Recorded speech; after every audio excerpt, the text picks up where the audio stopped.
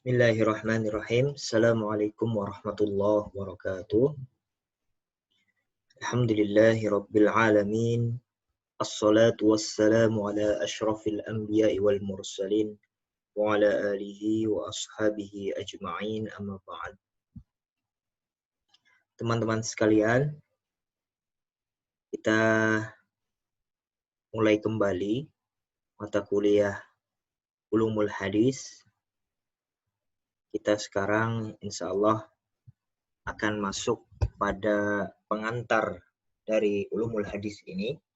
Seperti yang saya katakan pada pertemuan sebelumnya, saya akan sedikit membahas tentang apa itu Ulumul Hadis, perkembangannya, lalu kemudian mengapa ilmu ini ada dan mengapa ini penting, seperti itu. Teman-teman sekalian yang dimuliakan Allah, sebelum itu saya ingin memperkenalkan terlebih dahulu ini kitab yang akan kita pakai, yaitu Taisir Mustalah Hadis, karya Ad-Duktur Mahmud Tohan, ya, seorang pakar hadis di Universitas Islam Madinah, seperti itu. Nanti kita juga akan membahas sedikit perkenalan tentang kitab ini. Pertama ini, saya ingin membahas tentang perkembangan ulumul hadis, mengapa ulumul hadis ini ada, ya. Lalu bagaimana sesungguhnya dulu ulumul hadis ini dipraktekkan, terutama oleh para sahabat dan ulama-ulama setelahnya. Teman-teman sekalian yang dimuliakan Allah, ini saya ambil dari beberapa kitab. Ada kitab terutama adalah kitabnya Mahmud Tohan, ya, Taisir Mustalah Hadis ini. Lalu saya tambah sedikit dari Manhajun Naqd fi Ulumil Hadis karya Nuruddin Itar, ya. Teman-teman sekalian, teman-teman mungkin akan bertanya-tanya, sejak kapan sesungguhnya ulumul hadis ini ada, atau ulumul hadis ini dipraktekkanlah setidaknya, seperti itu.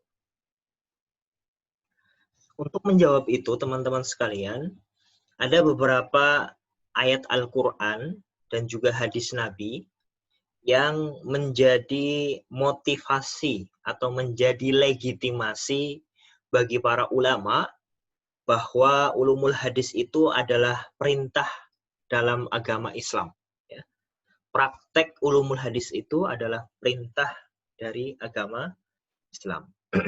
Misalkan adalah Quran surat Al-Hujurat ayat yang ke-6, ya. Ya ayyuhalladzina amanu in ja'akum fasikun binaba'in fatabayyanu. Ya.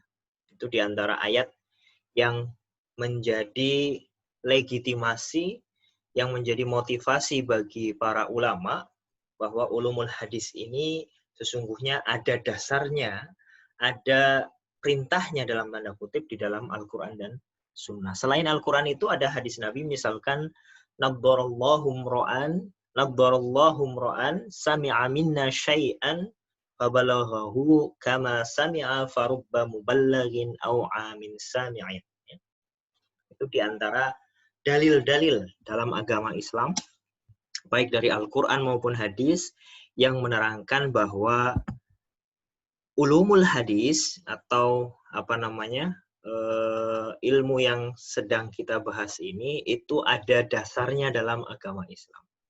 Nah, prinsip dari ulumul hadis ini, teman-teman sekalian, sesungguhnya adalah ilmu yang membahas tentang bagaimana informasi itu bisa kita peroleh dengan cara yang valid, sehingga bisa mendapatkan informasi yang valid juga. Ya. Cara mendapatkannya juga dengan cara yang benar. Untuk apa? Untuk mendapatkan informasi yang benar juga. Dalam hal ini, dalam konteks ini, ulumul hadis adalah untuk meng-cross-check, untuk memvalidasi, untuk meneliti hadis Nabi ini sesungguhnya betul tidak informasi tersebut berasal dari Nabi Muhammad. Ya. Jadi itu. Jadi ulumul hadis itu secara umum adalah ilmu yang membahas tentang kaidah-kaidah atau prinsip-prinsip di mana dari prinsip-prinsip itu kita bisa tahu mana hadis yang sahih misalkan, mana hadis yang hasan, mana hadis yang lemah. Ya. Jadi dari ilmu ini ya, itu tujuan utamanya adalah agar kita bisa mengetahui di antaranya adalah itu. Mana hadis yang berasal dari Nabi, mana yang bukan berasal dari Nabi, bahkan mana hadis yang mungkin dinisbatkan kepada Nabi, tapi Nabi sesungguhnya tidak pernah mengatakan itu.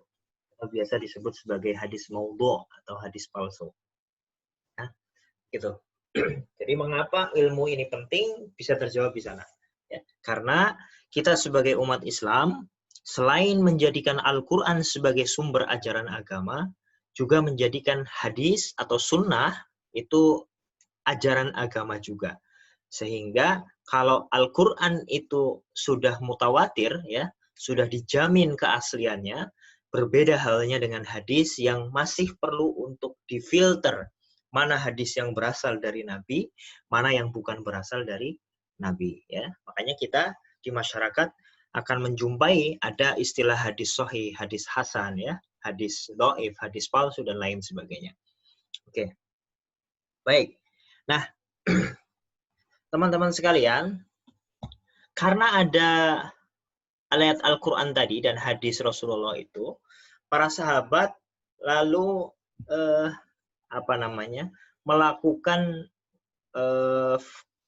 check and recheck, ya, cross check terlebih dahulu apabila mereka mendapatkan hadis, ya, terutama ya ketika apabila hadis tersebut dibawa oleh orang yang diragukan, ya, kejujurannya itu. Maka maka para sahabat akan lebih ketat lagi. Kalau misalkan ada hadis disampaikan oleh para sahabat, ya, atau oleh orang-orang yang mungkin diragukan kejujurannya, maka para sahabat ketika itu akan lebih ketat.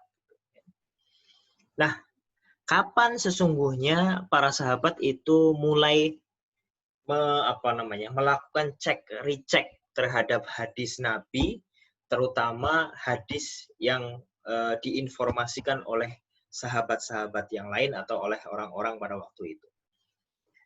Itu terjadi ketika atau pasca terjadinya fitnah atau biasa dalam sejarah Islam disebut sebagai al-fitnah al-kubro, ya.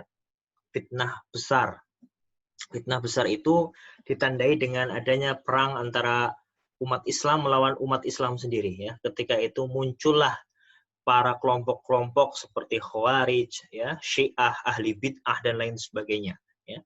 Maka dalam hal ini Ibnu Sirin, seorang ulama, pernah mengatakan lam yakunu yas'aluna 'anil isnad falamma waqa'atil fitnah qalu sammu lana rijalakum. Ya. Jadi dulu sebelum ada fitnah, sebelum ada perang antara sesama muslim, antar umat Islam, mereka kalau ada informasi yang disampaikan oleh para sahabat, kalau itu berasal dari Nabi, maka mereka tidak terlalu cek dan recheck, ya. Karena waktu itu belum ada konflik antara sesama umat Islam. Tapi ketika terjadi fitnah besar, al-fitnah al-kubro tadi, lalu para ulama ketika itu kalau ada informasi yang berasal dari orang, ya, apalagi orang tersebut diragukan kejujurannya, kredibilitasnya, maka sebutkan, ya, atau teliti terlebih dahulu, ya, betul atau tidak ini berasal dari Nabi, ya. Pertanyaannya mungkin akan mengemuka bahwa kenapa kok setelah perang besar itu atau al-fitnah al-kubro itu perhatian para sahabat kemudian lebih ketat lagi, gitu ya. Karena teman-teman sekalian, munculnya kelompok-kelompok Syiah, Khawarij, dan lain sebagainya, itu menjadikan hadis Nabi, menjadikan sunnah Nabi sebagai alat untuk menjadikan kelompok mereka ini punya punya dukungan. Maksudnya apa? Maksudnya misalkan seperti ini. Ketika pasca terjadinya al-fitnah al-kubro atau fitnah besar itu banyak hadis-hadis palsu yang muncul. Hadis-hadis palsu yang muncul itu salah satu motifnya adalah karena motif politik. Ya, banyak orang-orang yang ketika itu membuat hadis palsu, motifnya adalah politik untuk mendukung orang-orang yang mereka dukung. Gitu ya. Jadi ada hadis sengaja dibuat, ya, lalu kemudian ini disampaikan kepada orang-orang pada waktu itu bahwa ini Rasulullah pernah mengatakan seperti ini loh, bahwa Rasulullah mendukung kelompok ini. Nah, padahal sebenarnya tidak pernah Rasulullah mengatakan seperti itu.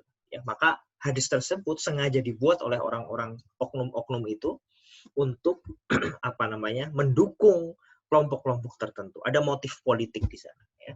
Nanti akan kita bahas ya mudah-mudahan dalam pertemuan-pertemuan selanjutnya motif-motif mengapa banyak hadis palsu yang muncul. Ya. Banyak dibahas oleh para ulama. Kenapa para hadis-hadis palsu itu banyak yang muncul. Baik, kita lanjutkan. Teman-teman sekalian,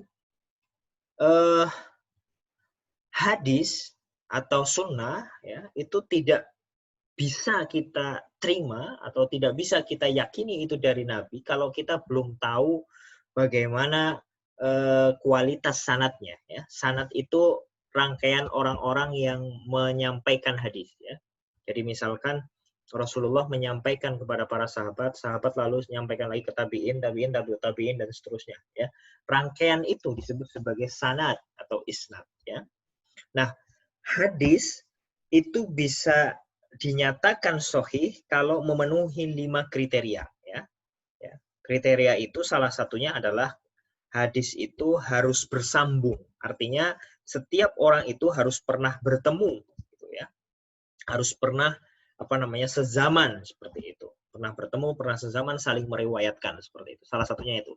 Yang kedua, orang tersebut ya yang sanad itu harus orang yang adil, orang yang dia punya kualitas kepribadian yang baik, jujur, ya, kemudian tidak berbohong, ya, kemudian tidak munafik, tidak fasik dan lain sebagainya. Nah, sanad itu harus bagus semuanya dari sahabat sampai kepada mukhrij atau sampai kepada penulis kitab ya, orang yang mentakhrij hadis itu, misalkan Al-Bukhari atau Muslim, At-Tirmidzi, An-Nasa'i, Abu Daud dan lain sebagainya. Gitu, ya. Nah, dari situ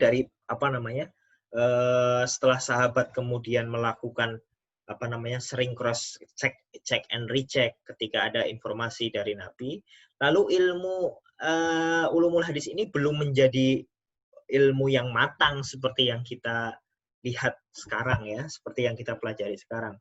Waktu itu ilmu ini itu masih hanya sekedar dari mulut ke mulut gitu ya, disampaikan. Orang-orang tahu caranya meneliti hadis atau meneliti sanadnya itu bagaimana, tapi hanya sekedar dari mulut ke mulut gitu ya. Belum ada ulama-ulama yang mencoba menulis ilmu ini secara terstruktur ya. Jadi meskipun sudah terimplementasikan, sudah dipraktekkan pada masyarakat pada waktu itu, tapi belum ada ini buku untuk panduannya gitu. Sampai kemudian ada sebagian ulama yang kemudian menulis itu dalam kitab ya. Cuma sayangnya ilmu ini waktu itu masih tercampur dengan ilmu-ilmu yang lain ya. Misalkan ilmu hadis, ulumul hadis, tapi itu sesungguhnya ada dalam kitab usul fikih atau kitab fikih dan lain sebagainya. Misalkan ada kitabnya Imam Asy-Syafi'i, judulnya Ar-Risalah dan Al-Um ya. Dua-duanya ini karangan Imam Syafi'i. Nah, kitab ini oleh para ulama diklasifikasikan sebagai kitab usul fikih ya, untuk ilmu fikih. Tapi di sana ada prinsip-prinsip ulumul hadis yang ditulis oleh Imam Syafi'i ya. Jadi ulumul hadis pada waktu itu ya sudah mulai matang, sudah mulai dituliskan, cuma belum ditulis dalam kitab tersendiri. Masih tercampur dengan disiplin ilmu yang lain, usul fikih ya, fikih dan lain sebagainya. Nah, Lalu pada akhirnya setelah mulai ada kesadaran untuk menulis kitab ulumul hadis, meskipun masih bercampur-campur dengan disiplin ilmu yang lain, lalu pada abad keempat Hijriah, para ulama mulai sadar, semakin sadar bahwa ilmu ulumul hadis ini itu adalah ilmu yang sangat penting. Sehingga mereka mencoba menulis dalam kitab tersendiri. Ya, jadi khusus kitab ulumul hadis ini. Ya. Maka kemudian ada beberapa ulama yang menulis kitab ulumul hadis secara independen, secara tersendiri. Satu kitab isinya adalah membahas ulumul hadis. Kalau sebelumnya itu masih bercampur-campur dengan disiplin ilmu yang lain, maka dalam fase selanjutnya pada setelah abad keempat Hijriah, banyak kitab ulumul hadis yang muncul, ya, ditulis secara tersendiri oleh para ulama. Nah, di antara yang paling awal adalah kitab karya Ar-Roma Hurmuzi. Ya. Ini bukan Ar-Roma Hurmuzi politikus ya, ini ulama terkenal yang membahas tentang ulumul hadis. Judul kitabnya adalah Al-Muhaddits Al-Fasil Bainar Rawi wal Wa'i. Ya. Beliau wafat tahun 360 Hijriah. Ya. Jadi beliau adalah salah seorang ulama yang pertama kali menulis kitab ulumul hadis atau mustalah hadis secara tersendiri. Nah, itu jadi perkembangan ulumul hadis itu seperti itu. Mulai dari para sahabat yang sudah mengimplementasikan ayat Al-Quran dan hadis bahwa kalau ada informasi maka diteliti terlebih dahulu, sudah diimplementasikan oleh para sahabat. Bahkan semakin ketat para sahabat melakukan itu ketika terjadi Al-Fitnah Al-Kubro, lalu kemudian setelah itu banyak ulama yang kemudian mencoba mempraktekkan prinsip-prinsip itu secara mandiri, tapi hanya secara lisan, sudah mulai terstruktur ilmunya, tapi masih disampaikan secara lisan, baru kemudian ditulis oleh Imam Syafi'i, masih bercampur dengan disiplin ilmu yang lain, usul fikih dan lain sebagainya. Lalu pada tahap selanjutnya, pada abad keempat Hijriah, ditulislah oleh sebagian ulama, muncul pada waktu itu, salah satunya adalah Ar-Roma Hurmuzi, menulis kitab ulumul hadis secara tersendiri dengan judul kitabnya Al-Muhaddits Al-Fasil Bainar Rawi wal Wa'i, gitu ya. Nah, teman-teman sekalian, jadi ulumul hadis itu secara umum, secara sederhana adalah ilmu yang membahas tadi tentang bagaimana kita bisa tahu keadaan suatu hadis ini. Apakah hadisnya ini secara kualitas itu sahih, hasan, atau dhaif, atau secara kuantitas ini adalah hadis, misalkan hadis gharib, hadis aziz, atau hadis masyhur, seperti itu. Nah, nanti banyak klasifikasinya gitu ya. Nah, kita insya Allah ke depan akan membahas itu. Intinya tujuan utamanya setelah kita membahas ulumul hadis ini, paling tidak kita tahu ya, mana sih hadis yang sahih, seperti apa definisinya, kriterianya seperti apa. Kemudian hadis yang dhaif itu ada berapa sih sebenarnya? Hadis palsu itu bagaimana sebenarnya? Gitu ya. Nah, jadi ulumul hadis insya Allah akan membahas itu. Ulumul hadis ini teman-teman sekalian itu juga memiliki beberapa cabang ilmu ya. Jadi ulumul hadis ini kalau diibaratkan itu kayak rumah besar gitu ya. Nah, di dalamnya ada kamar-kamar nih. Ya.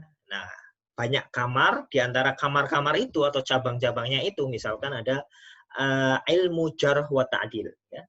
Itu membahas tentang penilaian para ulama terkait perawi-perawi hadis. Ya. Jadi kan tadi bertanya-tanya kan kita, kalau mau neliti sanad gimana? Ya, kita tahu ini orang yang jujur, orang yang pembohong, orang yang fasik, orang yang munafik. Nah, kita harus merujuk ya kepada ilmu jarh wa ta'dil. Penilaian para ulama tentang perawi ini bagaimana ya. Nah, ilmu jarh wa ta'dil saya tidak cukup. Perlu kita adanya ilmu rijalul hadis. Membahas tentang biografi perawi ini ya. Membahas tentang bagaimana pendapat ulama terkait perawi ini. Nah, itu ya. Ada beberapa cabang lagi ya. Ada ilmu ilalul hadis ya, kemudian ilmu ma'anil hadis, fiqhul hadis ya, lalu kemudian ada apa namanya? Ilmu tobakot dan lain sebagainya. Jadi ulumul hadis ini itu ibaratnya adalah rumah besar, lalu ada kamar-kamar kecil di sana yang itu menopang keseluruhan secara umum kepada ilmu ulumul hadis. Ya. Cuma nanti karena ini ulumul hadis dasar ya yang dipelajari akan pelajari oleh teman-teman pada semester ini, maka kita akan membahas secara umum saja, kulitnya saja. Nah, agar lebih mendalam bagaimana teman-teman harus membaca sendiri, ya, harus mempelajari sendiri. Ya. Bagaimana ilmu jarh wa ta'dil dipraktekkan ya, bagaimana ilmu rijalul hadis seperti itu. Itu harus punya ghirah tersendiri, punya waktu tersendiri untuk membahas itu ya. Di PUTM juga tampaknya tidak dipelajari semuanya nanti ya. Saya pribadi dulu belajar sendiri, belajar baca sendiri ya. Di PUTM hanya dibekali saja ya, petanya seperti apa gitu ya. Ya, jadi ulumul hadis itu seperti yang saya katakan tadi, bangunan besar yang isinya ada kamar-kamar itu, cabang-cabang. Sama seperti ulumul Quran. Ya, ulumul Quran itu bagaikan bangunan besar, di dalamnya ada ilmu asbabin nuzul, ada ilmu apa lagi? Ilmu qiraat, ada amhos dan lain sebagainya. Macam-macam itu. Nah, teman-teman sekalian, itu sedikit pengantar tadi terkait ulumul hadis. Kita akan beranjak ke ini. Saya ingin memperkenalkan terlebih dahulu beberapa kitab yang terkenal, yang terutama yang kitab-kitab awal ya, meskipun nanti mungkin ada sedikit kitab yang baru gitu, yang membahas tentang ilmu mustalah hadis. Yang pertama ada tadi ya, seperti yang saya jelaskan, Al-Muhaddits Al-Fasil Bainar Rawi wal Wa'i. Lalu kemudian kedua ada Ma'rifah Ulumul Hadis, ini karangan Al-Hakim An-Naisaburi. Yang ketiga Al-Mustakhraj ala Ma'rifat Ulumil Hadis, ini karangan Al-Asbahani. Lalu kemudian yang keempat Al-Kifayah fi Ilmi Riwayah, ini karangan seorang ulama terkenal juga, Al-Khatib Al-Baghdadi. Lalu kemudian ada Al-Jami' li Akhlaqir Rawi wa Adabis Sami', karangan Al-Baghdadi juga. Lalu selanjutnya ada Al-Ilma' ila Ma'rifati Usulir Riwayah wa Taqyidis Sama', karangan Al-Yahsubai. Ini ya, ini. Terus kemudian yang ketujuh ada Ma la yasa' al-muhaddis jahluhu, karangan Al-Mayanaji. Lalu kemudian yang tidak kalah terkenal, ini karangan Ulumul Hadis. Judul kitabnya Ulumul Hadis, karangan Ibnu Solah. Ya. Kitab ini juga sering atau populer disebut sebagai Muqaddimah Ibnu Solah. Lalu ada kitab ringkasan dari Ulumul Hadis, karangan Ibnu Solah. Ada karya Imam An-Nawawi, judulnya At-Taqrib wa Taisir lima Arifah Sunanil Bashar An-Nadhir. Nah, kemudian kitab At-Taqrib ini itu kemudian disyarah atau diberi penjelasan lebih lanjut oleh As-Suyuti. Judul kitabnya Tadribur Rawi fi Syarhi Taqribin Nawawi. Ya, nah itu selanjutnya masih banyak bisa dibaca di kitab-kitab yang Taisir Mustalah Hadis. Oke, teman-teman sekalian.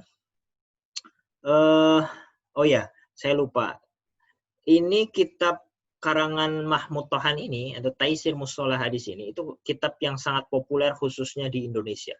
Karena kitab ini sering digunakan di pondok pesantren, di madrasah sebagai kitab dasar ketika belajar ulumul hadis. Ya. Kitab ini, teman-teman, kalau dibaca pengantarnya dari Mahmud Tohan, itu sesungguhnya latar belakangnya karena Mahmud Tohan ketika mengajar di Fakultas Syariah Universitas Islam Madinah, ketika itu beliau mengajar menggunakan kitab At-Taqrib kalangan An-Nawawi, ya. Lalu dipadukan dengan kitab Ibnu Salah ya, Muqaddimah Ibnu Salah atau Ulumul Hadis. Tapi ketika itu para mahasiswanya itu kesulitan karena bahasanya dianggap terlalu tinggi. Nah, lalu kemudian Mahmud Tohan berinisiatif untuk menulis kitab Ulumul Hadis yang lebih ringkas, lebih mudah dipahami, tapi tidak meninggalkan apa namanya? Tidak meninggalkan penjelasan-penjelasan penting dalam Ulumul Hadis. Ya. Memang Ulumul Hadis yang ditulis oleh Mahmud Tohan ini masih sangat dasar ya, kulitnya lah ibaratnya, kalau buah itu kulitnya tidak sampai intinya seperti itu.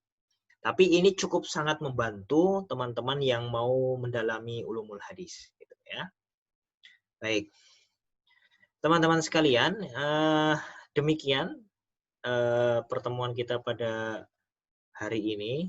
Saya mohon maaf karena tidak bisa live langsung menggunakan Zoom seperti yang saya katakan kemarin, karena ada beberapa kendala. Nanti insya Allah pertemuan selanjutnya mudah-mudahan bisa pakai Zoom sekaligus ada dialog ya terkait materi yang ini gitu.